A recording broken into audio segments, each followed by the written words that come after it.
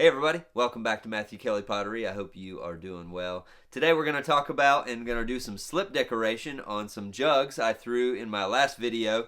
I threw a few, 3 or 4 of these jugs in my last video, and well, actually I think I only showed 2 in the video, but either way, I have 3 that I'm going to put slip decoration on today, and this is one from my last wood firing, number 14. I did not show this one in that video, but at the beginning of the last video I showed a jug that I had thrown in the last video, and then I mentioned that if it didn't sell in my online sale, I was probably going to keep it. Well, guess what? It sold, and I was happy in a way to see it go, but unhappy because I thought about keeping it real hard, and I thought, no, I'm really glad that somebody else is going to get to enjoy it.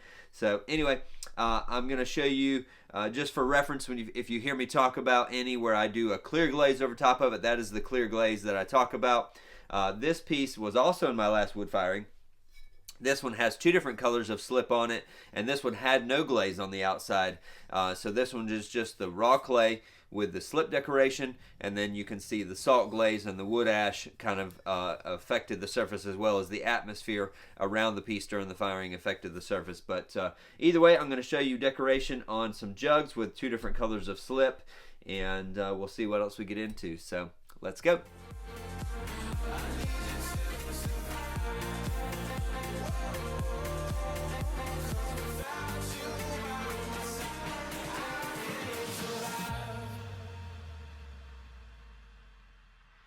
All right, here we go. Here's one of the 3 jugs that I have to do some slip decoration on. I put my just for the sake of the video. Normally, I would just hold this in my hand, do the decoration without worrying about what camera angle I have. But for now, in order for y'all to be able to see this, I'm using my wheel so I can sit here and have the piece in front of me without having to hold it. And I put a bat that I have some foam that's glued on the top of, so that I can actually rest the piece here while I'm doing some of the decoration. And so this is going to be a little tricky, but I wanted to show you a couple different designs that I have done recently, and show you the 2 slips right now that I'm going to be working with. Is I have a white slip and a black slip. The black slip looks just dark brown, but it turns more black in the firing. I have a recipe for my, I just mix them from scratch. I have a white and a red slip recipe, and then I pretty much make dark red slip and black slip out of the red slip. The dark red slip I get by adding extra red iron oxide to the slip, which gives me what's in this bottle. And then I add manganese to the other one, and that gives me my black slip, which is what's in this bottle, which is why it's the dark brown. So anyway, so this design I'm going to show you here is like the one I showed you in the intro, that was just raw with no clear glaze over it, with the black slip lines and some brushwork and dots, and then the white slip was done over top of the leaves, which I'll show you on this first one here. That was definitely one of my favorites from the first firing, from my last firing, and it was a keeper. So I'm going to do some more of that for this firing, and I thought that'd be an interesting one to start off with for this video. So anyway, if you haven't seen my last video where I threw these jugs, there will be a link here that you can click on to see that video, or just come back and watch it later. I'll try to do it in the end screen as well, so that if you want to watch this video where I threw these jugs, you can see that as well, and then see the full process from at least start to finish of the making and decorating. So anyway, so I had the idea for this design during my last making cycle, and I was intimidated to do it because I had some really nice forms, and I didn't want to mess them up by doing too much decoration. But I've been inspired over the last year or so by growing some more plants, and so some botanical designs were in my head and in my mind, and I wanted to try that on some pots, and the ones I did turned out really well, and I'm excited. And I learned there's a few of them I didn't like as much, but a few of them that I really did love, and so I'm going to try to duplicate some of those again. So this design started, I thought, with doing I was thinking to start with the black slip for the stems of the plant, and then I switched over to one of my bamboo brushes that I used with some watered down black slip to make the leaves, And then after I finished that, I thought, ooh, it'd look really good if I outlined those leaves with the white slip. And then I came back and filled in the background with some of the brown dots. So that's what we're going to work with. Main thing with slip, tips that I can give you to working with slip is you can take whatever clay that your pots are made out of and get some really fine slip, or get some slip and blend it and then sieve it, and then add some oxides to it, or add some manganese or some red iron oxide, and you can get like a black and a red slip. To get a white slip, you're gonna kind of need to mix that from scratch unless you're working with a white clay body. And so I have that, like I said, that I mix from scratch. But you could just take your regular pot clay that you're making pots out of and make a slip out of it. Just depends on how much grog is in your clay. All right, so anyway, we're going to start with the slip. So the tips I was given were that you need to make sure that your slip is sieved really well, or I used an immersion blender on a small batch of this before I filled my slip bottles a couple weeks ago, and so that gets it really fine and blended up. Also, because over time, even the slip that's in the bottle will start to get clumps and chunks, and it just makes it a pain to get out of these small nozzles. These are hair applicator bottles that I buy at a beauty supply shop. The best thing I've found to do slip application. So, but I'm going to start with the black slip and some slip lines. The other tip that I would give you for slip work is that, like, it's really difficult to go slow doing slip work.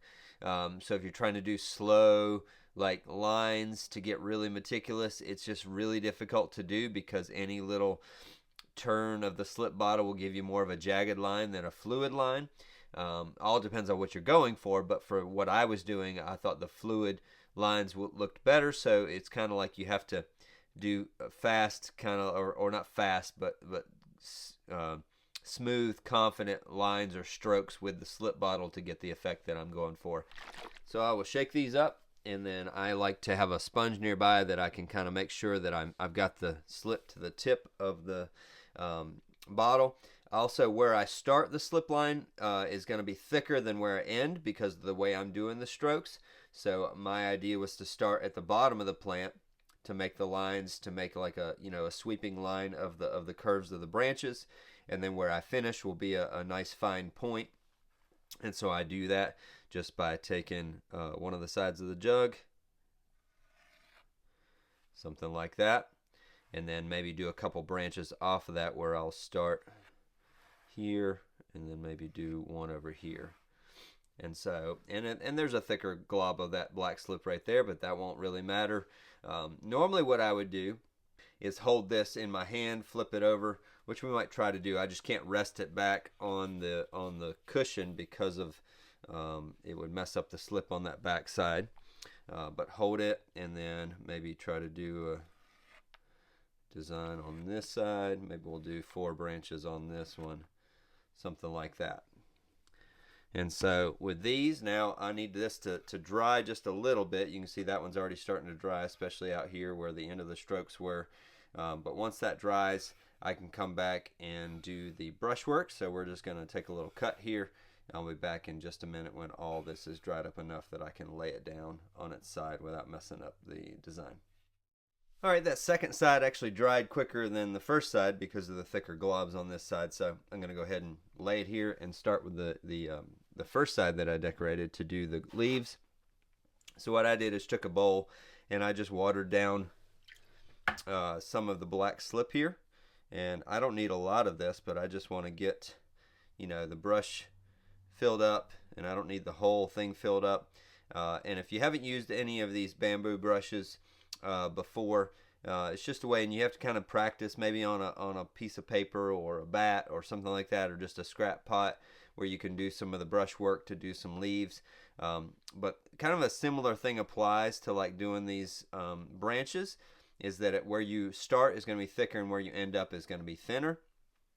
And so move that bowl, but I want to and you kind of have to rotate the piece based on which way you want to draw the leaves. And so if I wanted to, say, start here on this one and do a little kind of leaves like this, you can kind of see how that works. And you can do a couple of them before you really have to refill the brush with some with some more slip.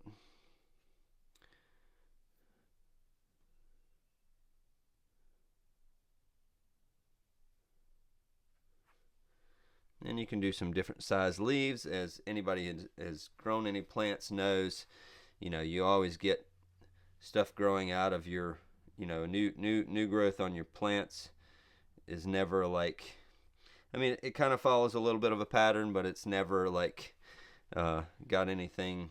It's never got an exact pattern that it goes by. Maybe there's just a couple small things growing out of the base here. So, and those dry really fast because of it just being a lot thinner on the brush. And I think now this is probably dry enough. I can flip this over and then we'll do the other side. And then we'll do some of the white slip line outlines and then the black dots. And we'll be done with this one. Ooh, little thick on that point of that one, but I'd rather see the ones out near the tip be a little thinner like that.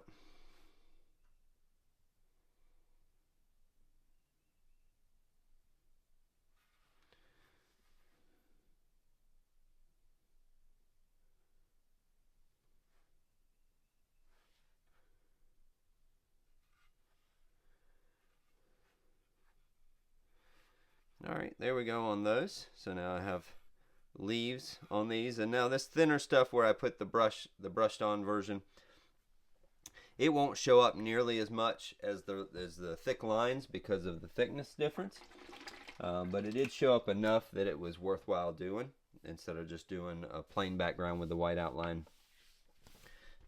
And then what I did is just took the white slip, and I wasn't too meticulous about making sure that the white slip exactly followed the outline of the leaf. I wanted to get it close, but if it didn't quite follow it exactly, it didn't bother me. So let's see here, because once again you kind of have to do some smooth, confident lines to really make this work. I'm going to hold this in my hand instead of laying it down.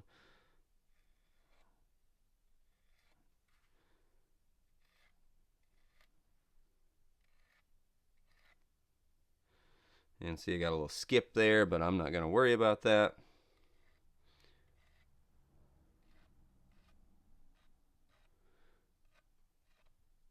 Or if I get to a point where I don't really, like that one went off the edge of the black a little bit, I'm not too worried about it. It all depends on what you're trying to accomplish.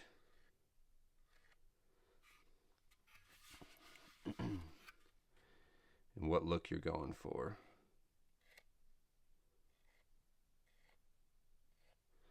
Also, over time, I kind of have to clean off the tip of the slip bottle and make sure I'm not just smudging a bunch of white slip everywhere. There we go. Now once again, I'll have to wait and let this stiffen a little bit before I can flip it over and do the other side, because I really do need to kind of palm this in my hand while I do those, so I can kind of rotate and get the pot in the direction that I need to do all of the outlines. Now when I go to flip this over, you can really see the difference between this side and this side. So you got that versus this. Now I can, like I said, go back again with the white slip on this side and start doing some outlines over here.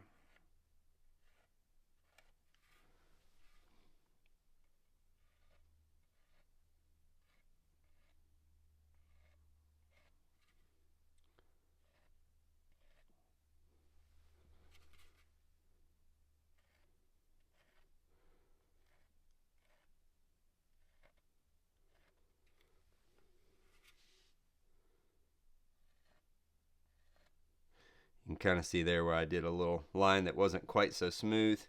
It'll be okay, but not my favorite looking line there.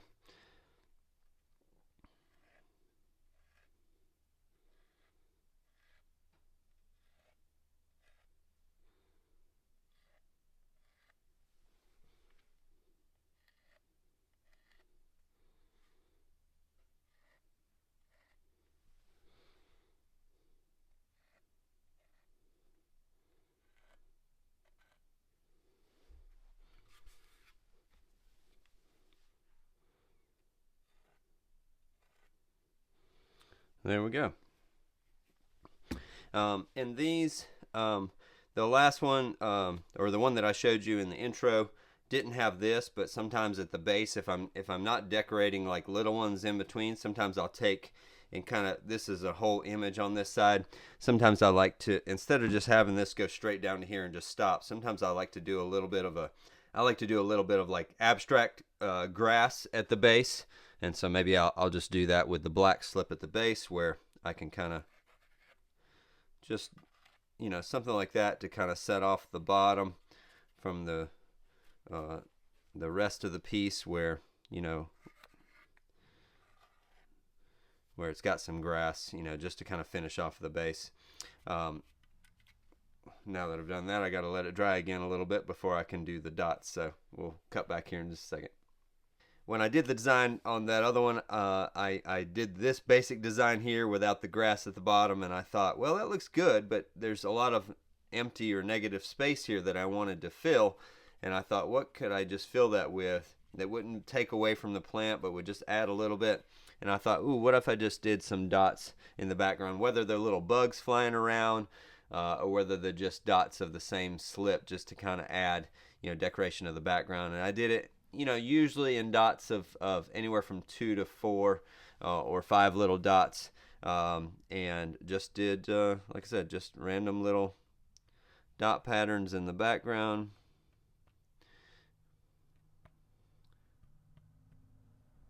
Just to kind of give it some, life going on in the background of the piece.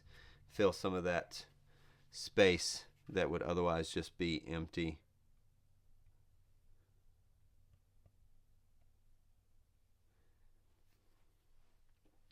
Now it gets tricky, because if I want to flip it and hold it, I got to kind of like find a spot for my fingers to go that's not touching the other slip, and then hold it there.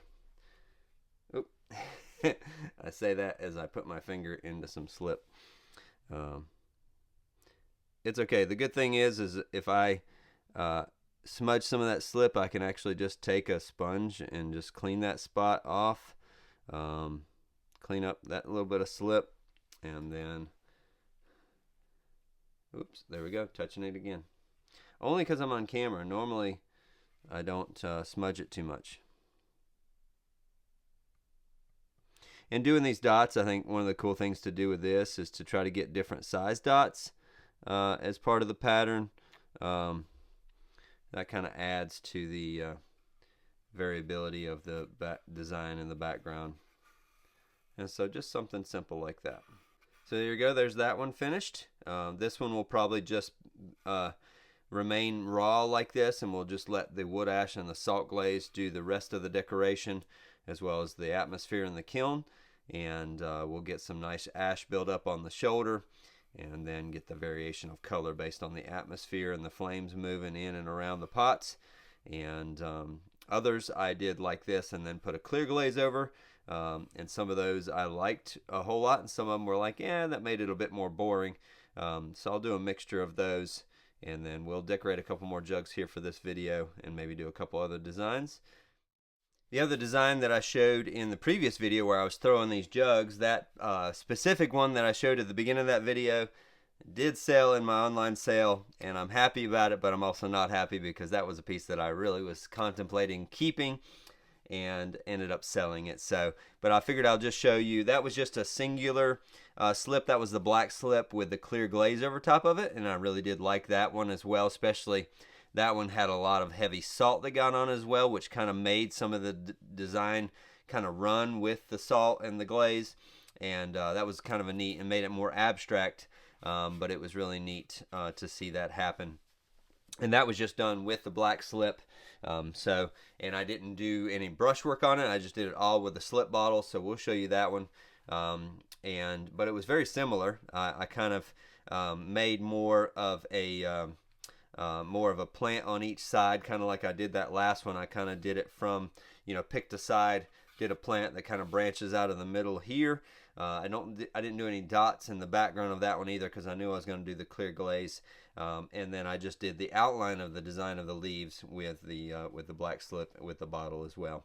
So we'll go here, and maybe we'll actually draw a couple of those out of the base there. Oh yeah, and let's go ahead and do my grass at the base.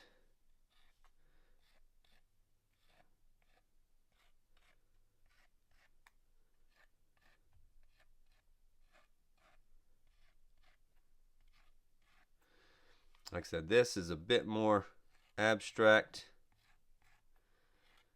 but if it does what I'm expecting it to do anyway, the salt and the wood ash are going to kind of get in there, and even though I put that clear glaze over, which kind of preserves some of the design, that if it gets in a spot where there's heavy ash or salt, it'll kind of hit one side more than the other and make some of that run. But that just gives a really cool design to one side, and then we'll have to flip it over and pretty much do the same thing or similar on the other side.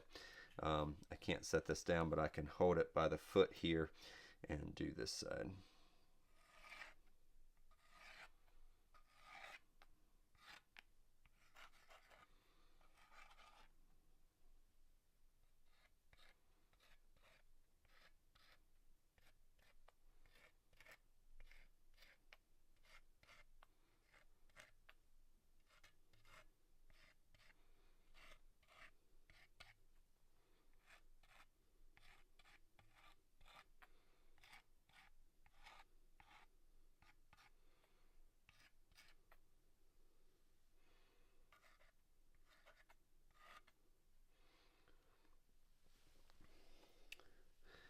And there we go. So that's like I said, a more simplified design, but just depending on the finished application and how you're going to glaze it, where it's going to be in the kiln, all those kind of things when it comes to wood firing or atmospheric firing you have to think about, and then just try different applications and find out when you need to be more meticulous and take more time, and when maybe something like this you can do a little bit more of an abstract design, because of the finished outcome is not going to show off. If I did very meticulous work, it's not really going to show up as much as like that previous one that I just did. If I don't put a glaze over that one and I put it in a certain spot in the kiln, it'll be able to show up more of that meticulous work that I did, rather than something like the plans I have for this one. So, all right, here we go with my third one. I'm going to do this one with the white slip, a similar design to what we just did with the last one, just to give you a different idea. The white slip that I have, it is more stable than the red and black slip, because the iron and the manganese in the red and the black slip make it so that it melts at a lower temperature, and so those two slips are more prone to running, especially if they're in a hotter part of the kiln or get salt or wood ash on them. The white slip does not run pretty much no matter what, and so it's just more of a stable glaze or stable slip. And so it just has a different application, but still I can do a similar design to like what I did with the last one, where if I want to do some kind of maybe we'll do butterfly bush with this one. I don't know, we'll see. Do our grass at the bottom there. The butterfly bushes that I've done more with my white glaze than with my white slip, but still, if I wanted to do that, most of the butterfly bushes I have that I've grown here at the house are ones where they kind of flower at the tip, which I think most butterfly bushes do, in somewhat of a cone. And so in order to do the design on these, and like I said, these, similarly to the others, it's abstract. So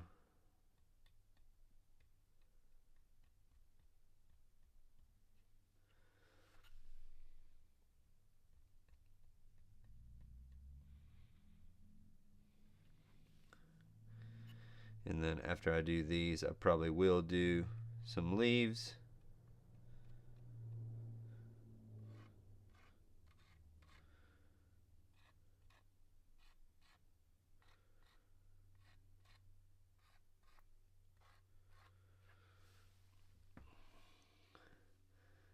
Something like that.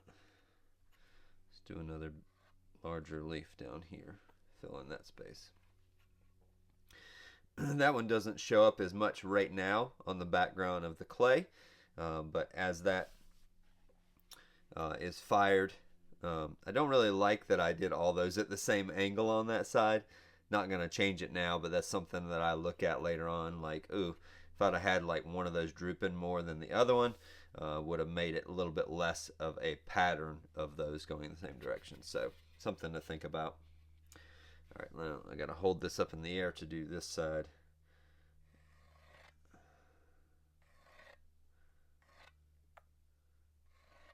See how I did that one pointing down, and so now when we do the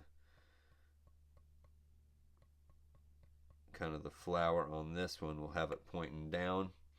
That breaks up the pattern a bit.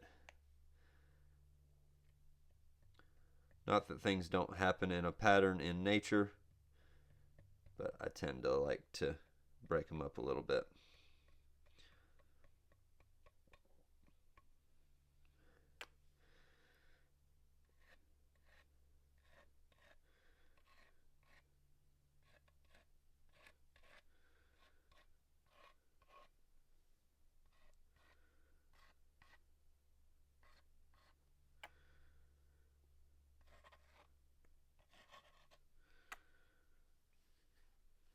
There we go. Yeah, that side looks much better with the change in direction of all the flowers.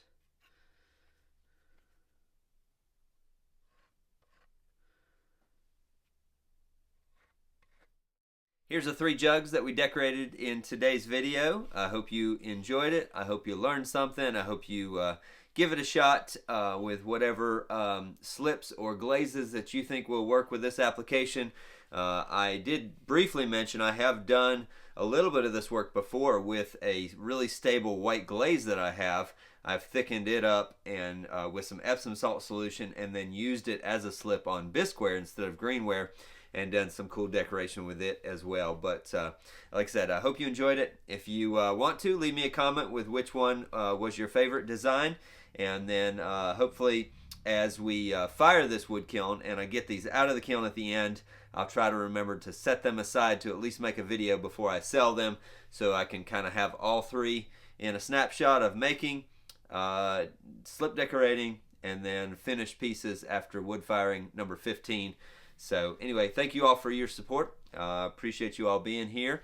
And like I said, if you have any questions or comments, leave them down below, and we'll see you soon. Thanks. Bye.